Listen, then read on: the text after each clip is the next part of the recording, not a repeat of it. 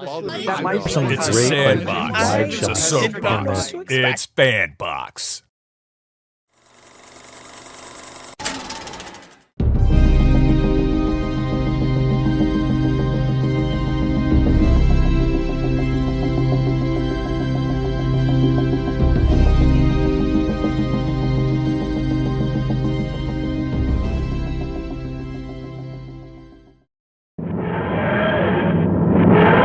That might be some It's a great. sand. We're having a moment here. Welcome to It's Fanbox, Tardis Talk.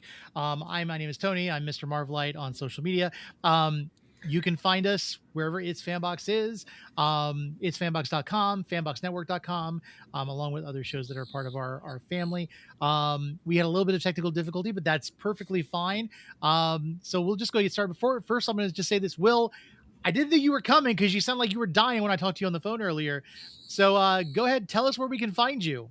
You can find me everywhere around the internet. Thatwillwilkins.com. Or That Will Wilkins. It's real easy. Or you can go to thatwillwilkins.com. My camera angle's funky. You're making me jealous. I didn't wear my Marvel shirt or my Marvel Christmas hat today. So, oh well. It is a Christmas episode. We're gonna be talking about Christmas stuff. And I have to say I got a sonic screwdriver. But before we talk about that, David, where can we find you? I am Xanatos1138 on all social medias, and thanks to Nico, Vincent, Cass, and maybe some others on a Discord call one night, they helped me set up my Twitch. So that is all better and set up. I just have to actually start streaming. So we're one step closer, but I really do want to start doing that. I got to figure out a game. I was playing Rivals, but if you see me on Twitch and I'm not necessarily talking, just come in and say hi, and we'll hang out. Also, I just noticed I didn't plan this, but Master Chief shirt, Master Chief helmet. Nice. Gotta play some Halo now. Ooh, that's terrible. You look good, Will, no matter regardless. But yeah, so I finally got the 11th Doctor sonic screwdriver. It actually came in the mail yesterday.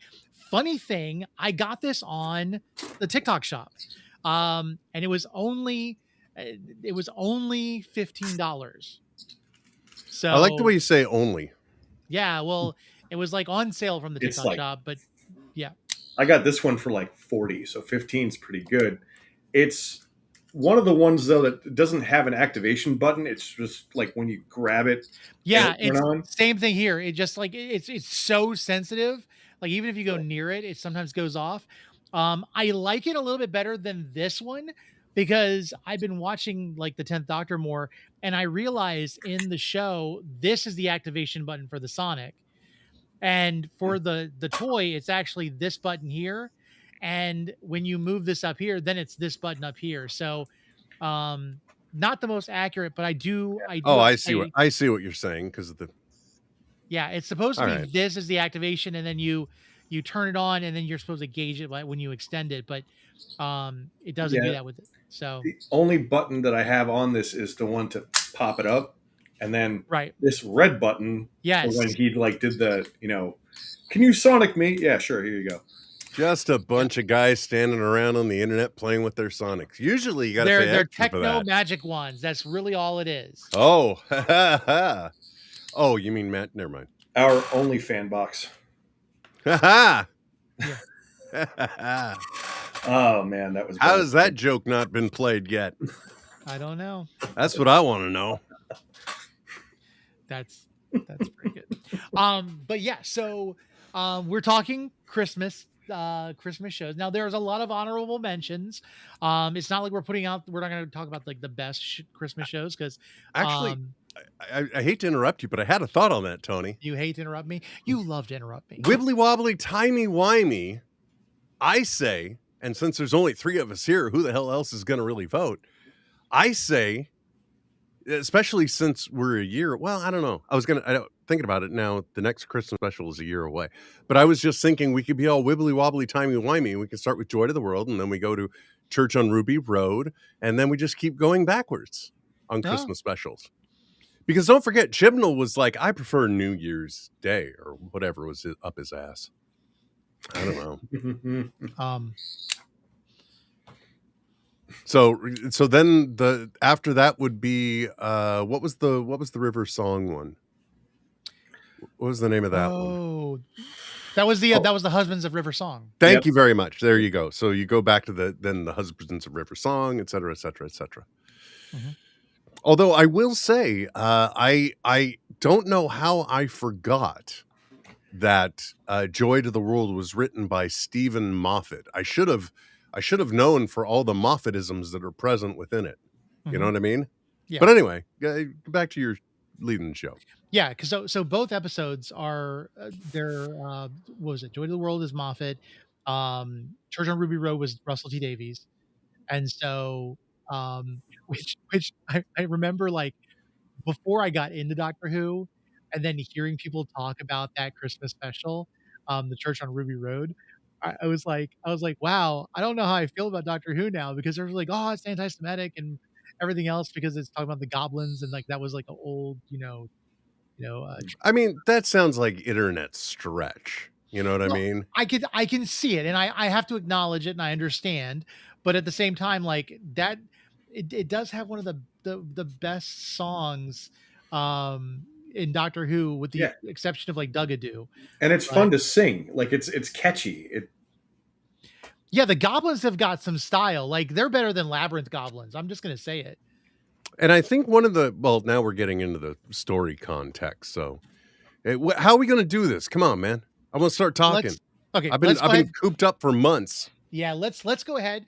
Since it's not only Fanbox right now because we've got 2 people watching, let's go ahead and let's talk about the Church on Ruby Road. Let's just get right into the beginning of Chudy's run as the Doctor. We saw him in the Special 4 when he bi-generated, and so he's off on his own, and we meet Ruby Sunday, and of course another character who we will then know later on as one of our nefarious Doctor Who villains, which I sit now watching that special and I'm like, I don't know how I feel about the Ronnie, like seeing this part. Look, man, I'm telling you right now, since you're getting into the Mrs. Flood of it and all, I'll bring it up right off the bat. Clearly it was a situation where RTD had an idea of a thing. He had the concepts of a plan, but then it doesn't really pan out because if it's the Ronnie and there's a TARDIS sitting right in the middle of the sidewalk, Mrs. Flood would not be shocked nor drop her grocery bags seeing it, fade away and venture off. Unless, of course, somehow the Ronnie had hidden the Ronnie's memory, whole kind of secret dongle thingy, and seeing that somehow triggered it. But now I'm having to retcon the story for them, and I don't like that. I think if we're going that they had the plan for the Ronnie the whole time with Mrs. Flood, it was a complete misdirect. It's her acting as if she didn't know what was going on. I mean, this is like Saxon all over again. Saxon was investigating the Doctor and talking about how dangerous he was, but they knew what he was doing. The Doctor wasn't the dangerous one. It was Saxon all the time.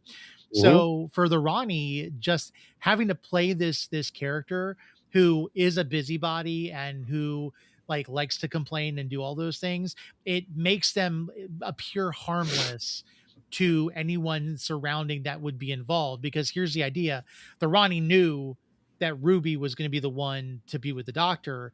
And so however Mrs. Flood interacted from, in whatever future time, knowing that, Ruby was going to be that person, it was obvious that she was just trying to, See, once again, somebody's having to write headcanon. No, but not the sign of a good writing. If I'm going to, listen, if I'm going to be a bad faith actor in the sense of I'm doing something wrong, the first thing I'm going to do is I'm going to be the one that raises an alarm when something is, awry and amiss.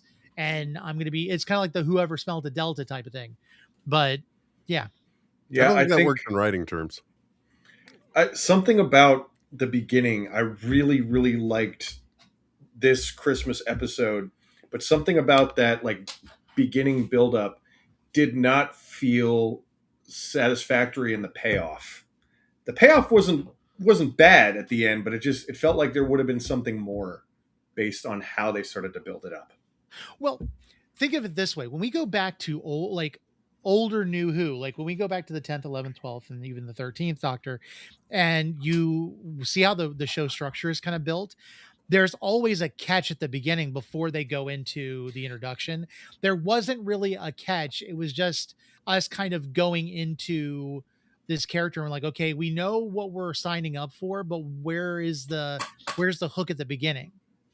And there wasn't really that kind of hook that there is where you would then see hear the theme song for Doctor Who going and everything else. It just didn't have that same thing. Like you go back to, what was it? The one where there was the Victorian era and there was a guy who thought he was the Doctor, Yeah. and he's running around. It's like Doctor Who is like, then they're like looking at each other, and then we do the introduction, and then we're like, okay, we're invested. Obviously, something's wrong here, but we didn't get that. It just kept going until yes, yeah. Speaking as somebody that was eagerly awaiting this episode, I will say that I didn't butt up against all the things that people were, all up in arms about, but I was kind of taken aback, and I know I shouldn't have been because of what we just dealt with the what was his name? The game master, the game, whatever. I can't even remember anymore. The toy maker. Thank you very much. The toy maker, more of a mystical being, right? And that was the kind of the whole gist of this new run of New Who, is that, now we're getting into the mystical far deeper than we ever have, more than the scientific. And I butted up against it. I thought that the effects of the goblins were really cool, as an on-screen thing, and naturally it works because it's practical effects. But in the grand scheme of things, I felt Ncuti deserved a greater solo introduction, and some of the history of this episode even shows that what Disney originally got, they had the same notes, because the entire scene of the woman with the pram and the snow falling on him, and or at least the conversation with the police officer afterwards, that was all added in based on Disney notes, because we needed a little more introduction into who the Doctor is, in case somehow miraculously anyone watching this on Disney Plus didn't watch any of the David Tennant specials leading up to this, with 14 becoming 15. It was still entertaining. Look, I watched it this morning and I enjoyed it. I had a laugh or two. You know what I mean? It was good. Painfully reminded me of the whole Mavity situation. But an enjoyable episode still. Absolutely. And I think the only other thing is that it would have been better served if there were a few more of the story elements included that weren't included in there. Like, if you watch the behind the scenes stuff or the specials, like one of the things that was supposed to be kind of, because when you're watching the episode and like, oh, it's cute, the Doctor and Ruby are riffing into the song, but like one of the things that's lost that was originally intended in the story is that, the goblins are kind of slaves to the music, if you will. The moment the music starts playing, they're more into the beat than anything else that's going on, which is why them singing was an important element and not just a weird distraction while you're wondering why the goblins aren't just boarding them right now. So, the story does have some elements that would have been better served if it had more of the context that was given, but like overall an enjoyable episode. I think though, having lived through the entire journey of Ncuti's run, it just kind of emphasized once again that the actress playing Ruby Sunday, while entertaining, I never feel like she truly connected with the material, if you will. You know what I mean? There was something about her that always felt a little bit out of place, and I don't know what that is yet. I personally think that when it came to Ruby, like I really liked Ruby as one of the companions.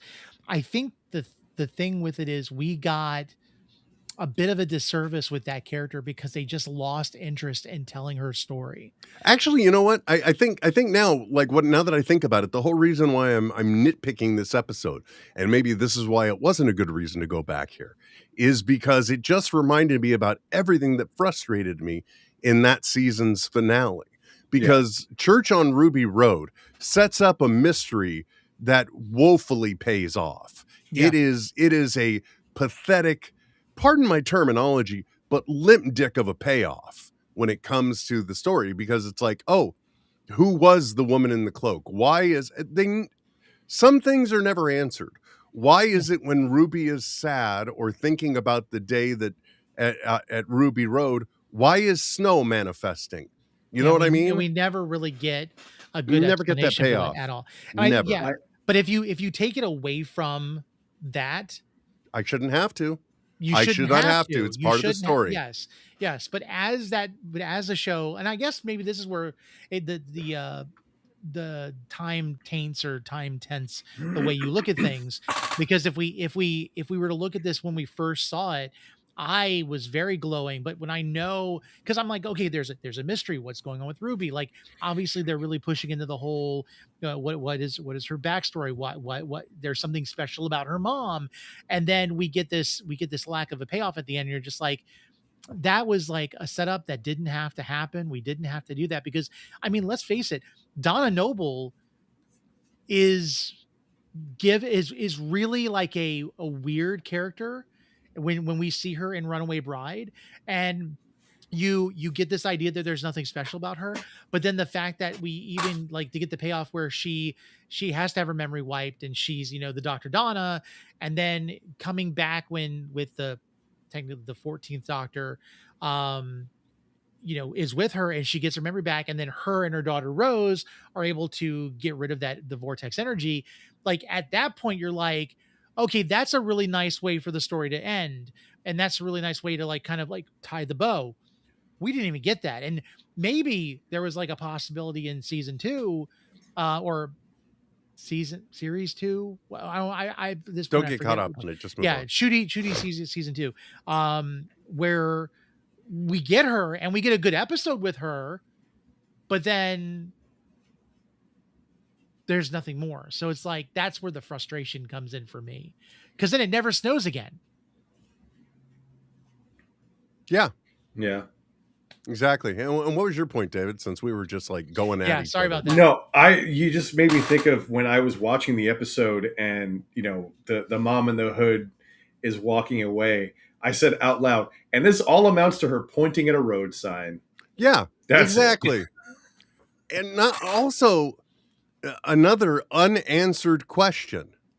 All right, because when we see the opening, we're hearing the story. We see the baby put, and then she says, "But there was also another person, the doctor." Right, and we see Ncuti, and he is crying, and then he moves into action, and we get the opening sequence. We do see him crying in the apartment when he realizes what's happened, but he sure as hell ain't crying when he comes out of the TARDIS when they go back. And let's face it, we're continuity nerds. You can't do this to us. All right. So where's the crying doctor? Nobody can tell me, can they?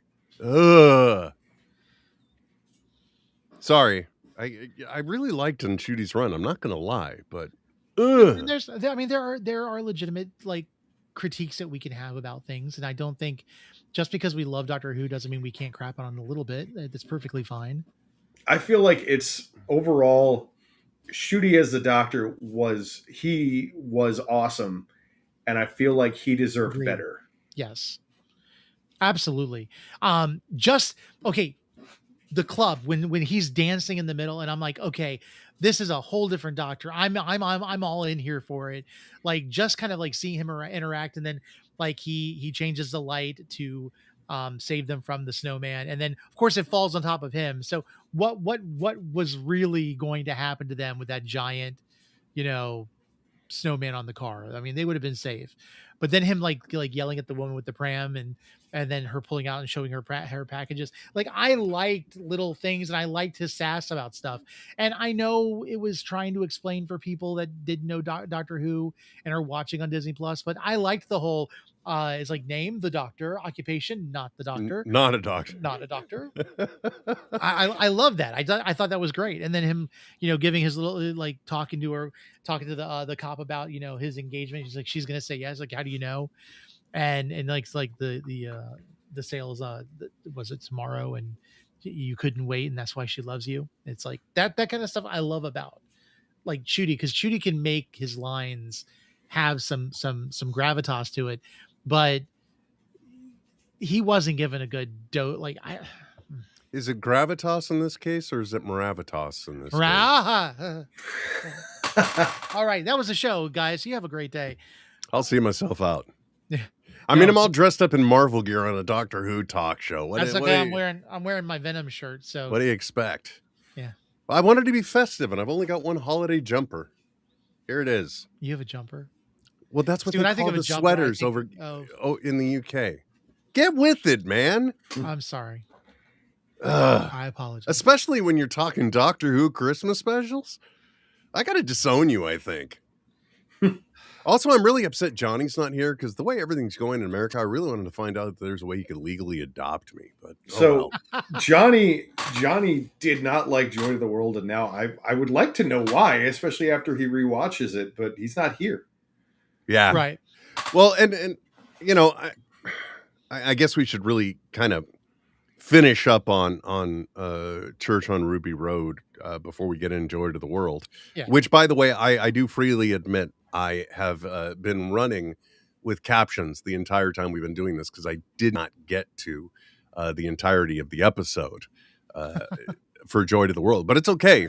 It's fresh enough in my mind. And I think all of the cute bits that I really enjoyed are at the beginning anyway. Like, literally when he says to the guy, is it Christmas? And he's like, yes, we're doing a special. And it's like, ha, I see what you did there. But anyway. Yeah. So Church on Ruby Road, I think overall, it did serve its purpose. It introduced us to the characters. Mm-hmm. It was a Christmas special because it even gives us a microcosm of It's a Wonderful Life, because you see the impact that Ruby's life has on the people around her.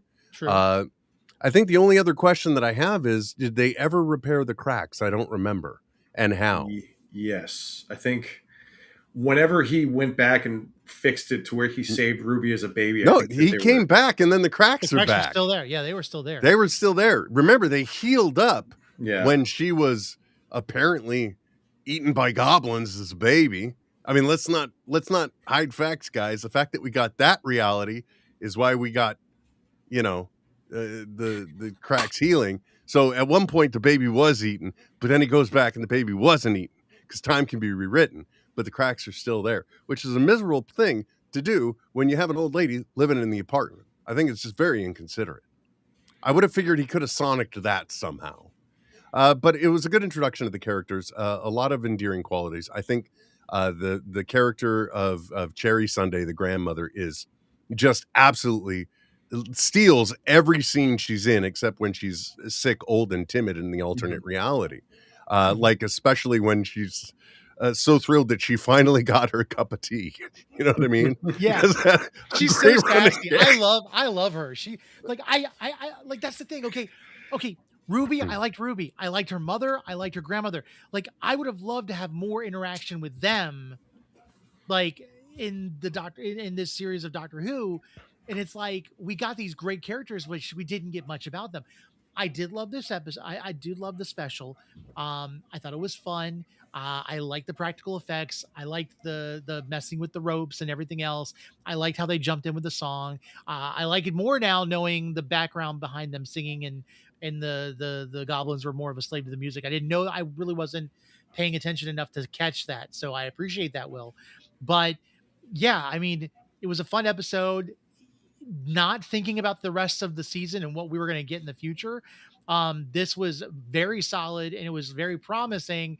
But then now knowing it does go down a couple notches, because it's like it's like a promise that never gets delivered. So yeah, having lived through the experience, we don't have the joy of things that we bump up against because we know they don't get paid off, or the way Yeah. they get paid off is frickin' miserable. Yeah, I almost want to say they kind of Game of Thrones it a bit. Yeah, the very end of his second season wasn't necessarily bad, but just how they built it up in the first episode, I expected so much more to happen, to come together. Oh yeah. Yeah, it was a really strong start, though, for sure. Yeah, I definitely. think that was the thing. Like, I think with Chudy's run, what I got was there were some really solid episodes, but the storyline didn't do it for me. We got Yes. Lux. I liked Lux. We got The Well. The Well is a freaking good episode. And it's got that is it really over type cliffhanger that you kind of like in a Doctor Who, where it's like, could this become more something down the road? I'm convinced what happened in The Well would have been part of season 3. I think that would have resurfaced because they planted every single seed in that episode, including when they are in the escape raft, the lift, or whatever it is to get the people out. There is an extra person counted in the person count that should than what's in there. So one of these midnight creatures is with them and made it off. So I thought that could have been a good series 3 episode element. Yeah. But we're never going to see that for Chudy because we were all. I was thinking about that while I was watching. Church on Ruby Road. I'm like, I can't believe, because mind you, right now in my life, this weekend is Nutcracker weekend. My daughter is in 5 shows of the Nutcracker. Today, 2 alone. So I was at a dance I bring that up because I was at a dance competition trying to watch the finale, streaming remotely on my iPad. And in the most oddly surreal and weird experience, I'm emotionally being affected by the impact of what the hell is happening right now. Already we're getting this while there are kids up on stage dancing and all these parents around me. I was baffled on how I should appropriately react. I tell you that right now. But yeah, it just a good start. And I really wish we had more. And it's part of the reason why, honestly speaking, guys, because of the way End of Time, for example, played out, it's pretty much blasphemous, I think, to say around Doctor Who fans, but I was never a big fan of RTD's style. I was much more suited for the Moffat era. And it played out better for me. I liked the writing style. I liked the story style. I thought the stories were more compelling. And there wasn't a scrap that was brought up that wasn't paid off. So that's just me. And honestly speaking, when we get through the entire run for the 15th Doctor, I mean, yeah, we got RTD'd. We got RTD'd hard, whether we wanted to or not. But speaking of which, let's get away from RTD somewhat and get into, since I said I'm much more suited for the Moffat area, Joy to the World, which was written Christmas special by Stephen Moffat, my favorite Doctor Who writer. Yep. Next to Neil Gaiman, who only did 1 episode, which is the Doctor's Wife, and it's by far one of the most outstanding episodes of Doctor Who, in my opinion, that has ever existed. Sure. Petrichor. Anyway. So let's go ahead and talk about Joy to the World. This was the episode that came out Christmas Day last year. So the actress who kind of plays the companion or the main focus, I don't remember her name right off, but she was better known for being Penelope on the Bridgerton series on Netflix. Yes. And so that's how I knew about her, because my wife saw a premiere a preview for Doctor Who and was like, oh, I know who that is. And I'm like, oh, okay, will you watch with me? When I first saw her in this episode, I'm like, okay, this character's got something going on, because she seemed way too chipper and she seemed like she was just ready to be walked on by people. And so kind of getting the idea, and which was interesting, because when the Doctor made an analysis about her in her room, it's more of a analysis about himself, because whether, we find at the end of the episode, whether she chose those kind of rooms and she felt the way she felt, the Doctor chose to live in a room like that for a year And so he was very much explaining himself. But we get the introduction to the what was it called, the Chrono Hotel or whatever it was. Time Hotel. Time Time Hotel. Hotel. Okay. Yeah, So every room is a different year in Christmas. I just had to confirm it myself because I was curious, but the actress's name is Nicola Coughlan. Mm-hmm. Okay. And she was probably like one of the best parts of the episode, her and the hotel manager. And the hotel manager, I remember when she comes back for the finale and she says that she went through doors to try and find the doctor, and she comes across him and Rogue. And she has this expression on her face like she's disappointed or bummed, like, oh, he's dancing with a guy. But she knows during this episode, yeah, You know what I mean? But you mentioned like the companion in this case, but we really kind of get two companions between the hotel manager and Joy, Mhm. right? Mm-hmm. So, I think both of them are interesting. I love the fact that we see the doctor, and in this case, how he handles a bootstrap paradox. You know what I mean? We've seen it before. Like, technically speaking, we've had a bootstrap paradox before, in the season finale for the first year of Matt Smith, right? With the Pandorica opens and what the hell was the name of the last part? It was the Pandorica opens, and the second part was the Big Bang, I Yeah. believe was the name. Yes. And so we had a bootstrap paradox again there. No surprise, written by Stephen Moffat. But I like this one as well because I think much in the same way that we had the experience when the Doctor was living a year with the Pawns, it's very interesting to see what happens when the Doctor is forced into mundania. And that was an element, or I should say, the side quest of this story that I really enjoyed. Probably more so than the main story, to be honest. Mhm. Because really, this is one of for a Christmas special, it's one that once again is a story where there is just a lot of death around the Doctor. You know what I mean? Mm-hmm. Oh, The yeah. poor guy who we don't even know, who had the briefcase first, he went. Then the bartender, then whatever dude's name was, who was supposed to be his man on the inside, and then Joy. I mean, like, spoilers. She becomes the star of Bethlehem. Which, But her mom joined her. yeah, okay, I get it. The biggest regret she had, which, by the way, I thought really a horrible element to be so hard on yourself for, that you couldn't be there with your loved one during the pandemic when we were being isolated from people. Mhm. Like, I don't understand her goes rogue, if you will, pardon me for using the term, but he does. He kind of goes anti-character to provoke the person he's dealing with into accepting reality, to actually facing their truth, I guess. Yeah. is the way that we would say in modern era. I love it when he does that. I love it when he did it in this episode.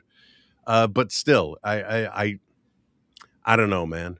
I mean, it's great that she gets to become a star, I guess, but Yeah, but we all at the same time, like the stakes. So the whole time in this episode, I'm gonna be cynic for a second. The whole time in this episode, we have this idea that this star is going to destroy the Earth and kill everybody, and so they're doing everything they can to stop the star from igniting. And it was never the star's intention to ignite and destroy the Earth. And so it's like the Indiana Jones thing all over again. If you really think about it, the only thing that the Doctor did to make everything work out was he made sure he opened up that tomb so that she could get to it, so that the star could do what it wanted to do in the first place. Yeah, I think that case was Villengard's way of like, okay, we're gonna make the star on Earth to make money from it or something. And then when she opened it and kind of said, "Oh, well, no, the star doesn't want to do that. Set it free, and I'll go with it," and then just floated up into space. Yeah, like the element was just, it was being kept in the case, I guess, was the main thing. Yeah. But yeah, it was definitely like the Ark of the Covenant situation. Yeah. Because he didn't And for those that aren't clear on what we're talking about, there are many people that argue that Raiders of the Lost Ark is a gigantic movie with a lot of action where the hero has no impact at all except that he saves Marion from, being consumed by the energy of the Ark.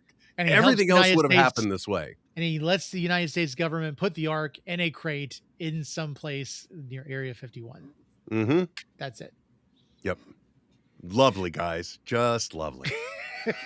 But I guess that's kind of the point. But, I will say that for all of my complaints about the Christmas special, where like the main story, I didn't connect with Joy's plight, right? I didn't. And Sure, so I get that. that's my shortcoming. Maybe I'm not as empathic as I thought I was. Maybe I'm a cold, heartless bastard. I don't know.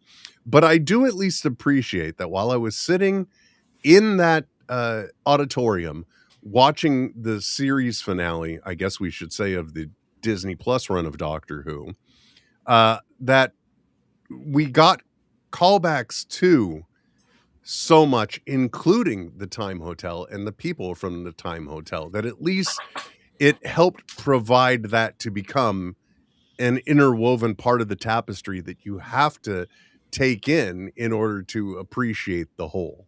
So I liked that, because like we mentioned, we see the manager again, and it paid off very well, I think, in that respect. If we had seen the story as it was originally intended, and that series finale wasn't as impactful as it turned out being, with Ncuti leaving the role, I think it would have been a payoff I would have appreciated more, especially going into season 3 that we're never going to get.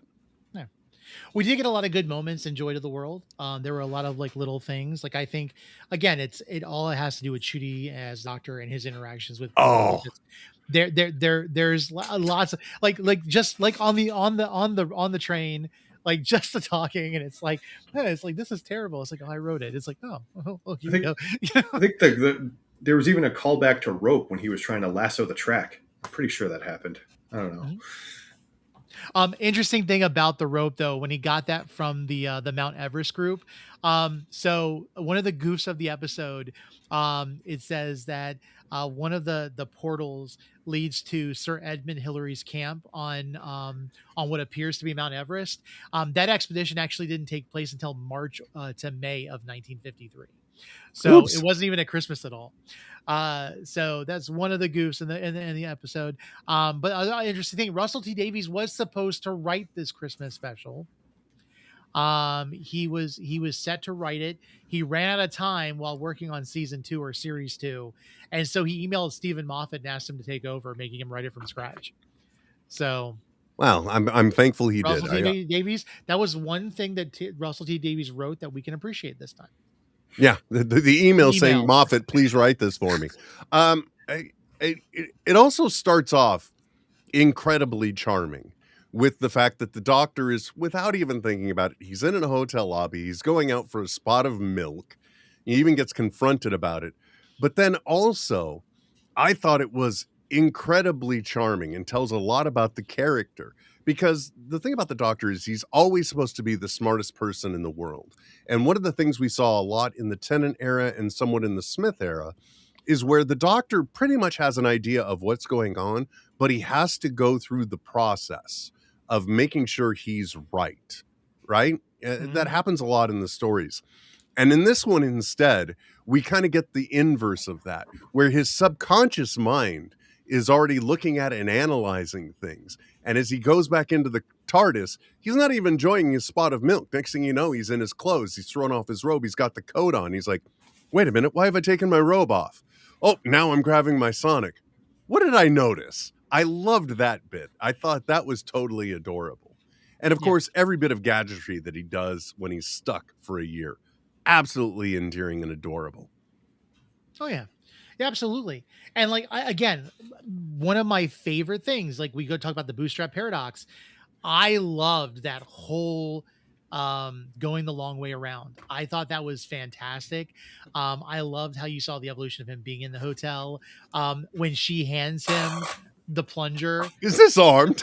Is this armed? Like, I by far one of my favorite things that Doctor Who does, and so I really enjoyed it. And I remember when we talked about this before, because we have already talked about this episode before, because we were already doing Doctor Who, and we decided to do this episode, and then we started to do, season 2 of Chudi's run.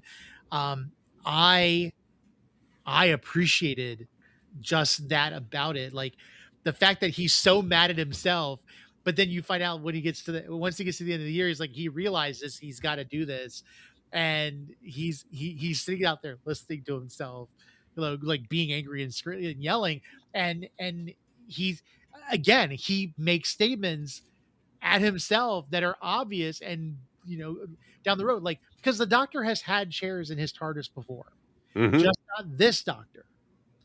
And so it's like he's as much as we want to say in series 4 when we got the bi-generation, and he's some of the trauma from the past is resolved with him, because of course the therapy out of order.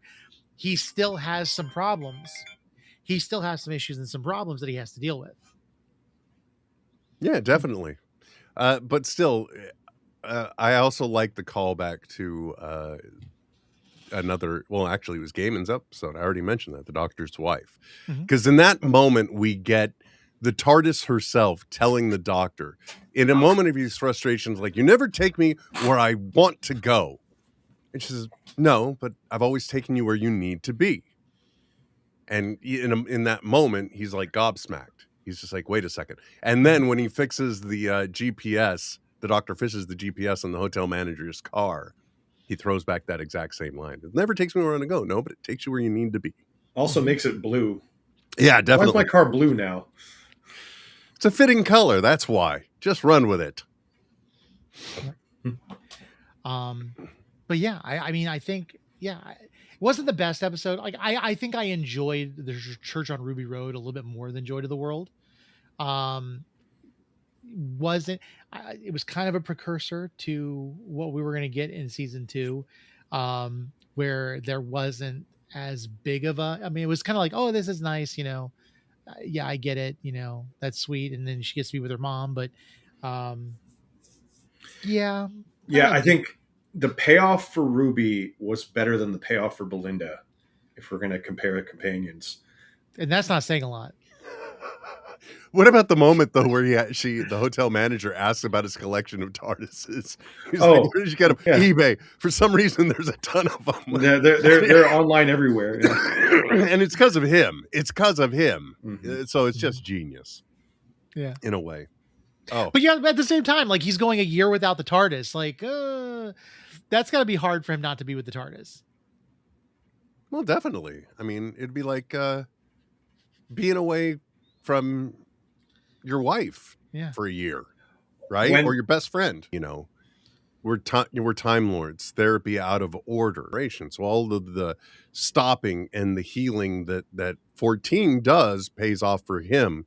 But yeah, that year was really important in just sitting and living life and slowing down.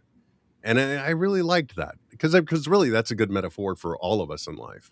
I mean, like, even this morning, Tony made a discovery somewhere, and he's like, is this worth doing? And I was actually just tickled pink that he called and we were talking. Granted, I sounded like I was on death's door at the time, but because I do have a horrible chest cold at the moment, unfortunately, or something. It's not, they don't know what it is. It's not COVID. It's not any of the flus, but I had 102-degree fever for a few days, and now I've been hacking up science experiments, for lack of a better term, or things that will become demogorgons in the upside or in the right side up here. I don't know which. It's one or the other. Yeah. Now I'm merging my sci-fi. Oh no. Like, not like we don't reference. Listen, Marvel is canon to the Doctor Who universe, so I don't really care. Like, we can, we know that this iteration of the Doctor has watched the Marvel movie, so we're good. Could be a Dalek experiment, Yeah. You never know. Yeah. Exterminate. That was really pathetic. But anyway, so let's before we give our ratings. Yeah. Let's decide what we're going to talk about next week. I don't even look, man. I can't. That's the weekend after Christmas. I don't know what's going on. I'm surprised I'm here now. Well, I appreciate that, but Like I said, it's Nutcracker weekend. My wife has left the house without me now. It was planned that way. I'm not like saying Okay. I just copped out of that. Yeah. I am sweltering right now, though. Ugh. But I vote. Like we could do another 2 episode, and I would love to talk about the husbands of River Song. Yeah. I mean, it's a holiday season still. I mean, You know, actually, yeah. No, I think we're on to something here. So we can do the Doctors of River Song, whatever the name of the title was for the episode with the superhero storyline. Oh, that was a good one. Yeah. Oh yeah. Right. So we've got 2 of Capaldi's there. Although technically speaking, even though we say the Husbands of River Song, technically speaking, there was one more Christmas special with Capaldi, and that was the one where he was refusing to regenerate into Jodie Whittaker, and he ends up confronting his original self as we originally understood it. And I have to say that I'm okay not revisiting that one. So I would love to go back to the Husbands of River Song and the one before that. At which point then we can go to the other Christmas specials right after New Year's. Or we can talk about the crappy New Year's specials, whichever one you want. I only remember one New Year's special. It was Jodie's. I don't know if there was more than one. There might have just been the one. I want to talk about that one after New Year's when it makes sense. But I really... You'll have to remind me what it even was. Yeah, I'm going to have to go back and watch it because I haven't seen. I don't remember it. They were trapped in a building with a Dalek, and time kept resetting. Oh yes, I remember that episode. Okay, now I remember. Okay, I have trauma blocked it all. Yeah, they're like in a they're like in a storage facility, and like there's all of these like they get exterminated and then they come back, and it's like the time gets shorter every sinple time, and they have to figure out how to stop the Daleks. Did I not watch this?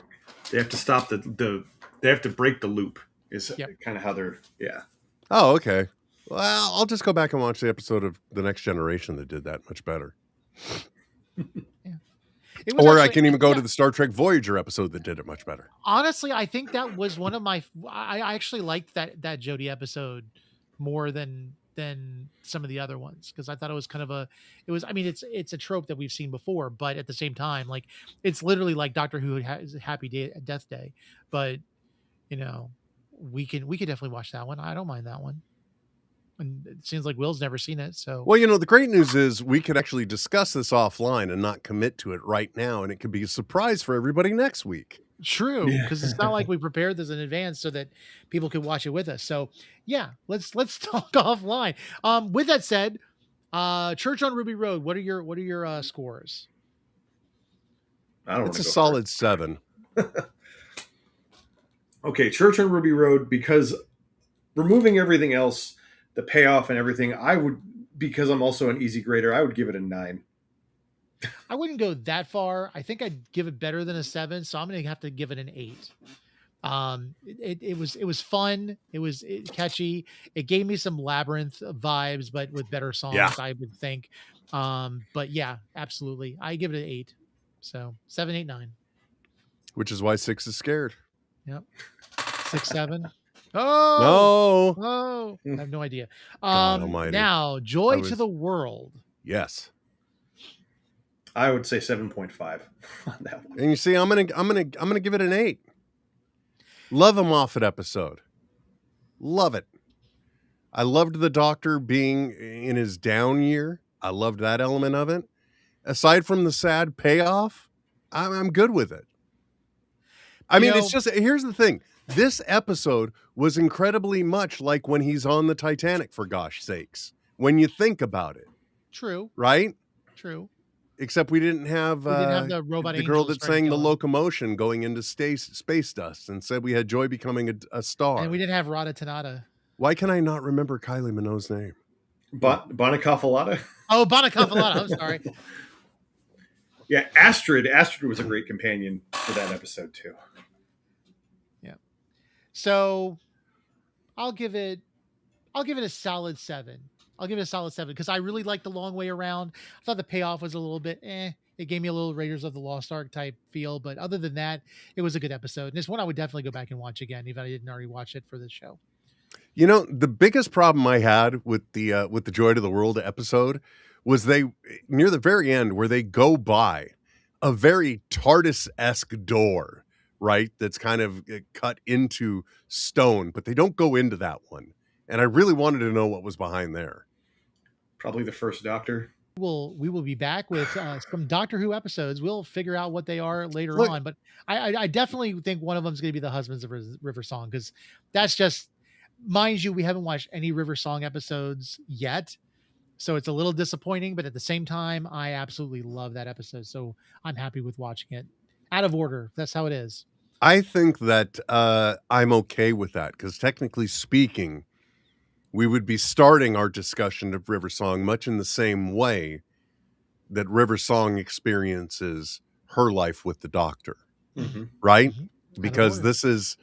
this is her very familiar with him, but it's their last time together. Mhm. Spoilers. Whereas Silence in the Library is, his first interaction with her, Mhm. and definitely not her first, but it's the one she's been dreading, which we Yeah. don't find out about until later, much later. But I absolutely love the fact that we get a nod back to those episodes when we get that payoff during the whole, Silence confrontation in the season 7 openers, when she says like there's only one thing that she's afraid of, and that's the day when she looks into the Doctor's eyes and sees that he doesn't recognize her. Yep. And that was the last time we saw River Song, if I'm not mistaken. So Yep. It's just like, oof, damn, that's good. No, it wasn't. We saw her in the Pandorica opens and Silence in the Library. So I take that back, but still, it was a nice callback. Damn good. See, Stephen Moffat, man, that mother trucker knows how to write. Yeah. Especially Doctor Who and Sherlock in modern times. So with that said, we're going to go ahead and wrap up. David, go ahead and tell us where we can find you. I am Xanatos1138 on all social medias. And Will. Simplest thing, go to thatwillwilkins.com. Will Yeah, with you can two find L's. me. You can find me at Mr. Marvelite pretty much everywhere. But find us at itsfanbox, itsfanbox.com, or itsfanboxnetwork.com. This show will eventually go on our podcast at some point. And just spoilers, if you're going to AwesomeCon, we have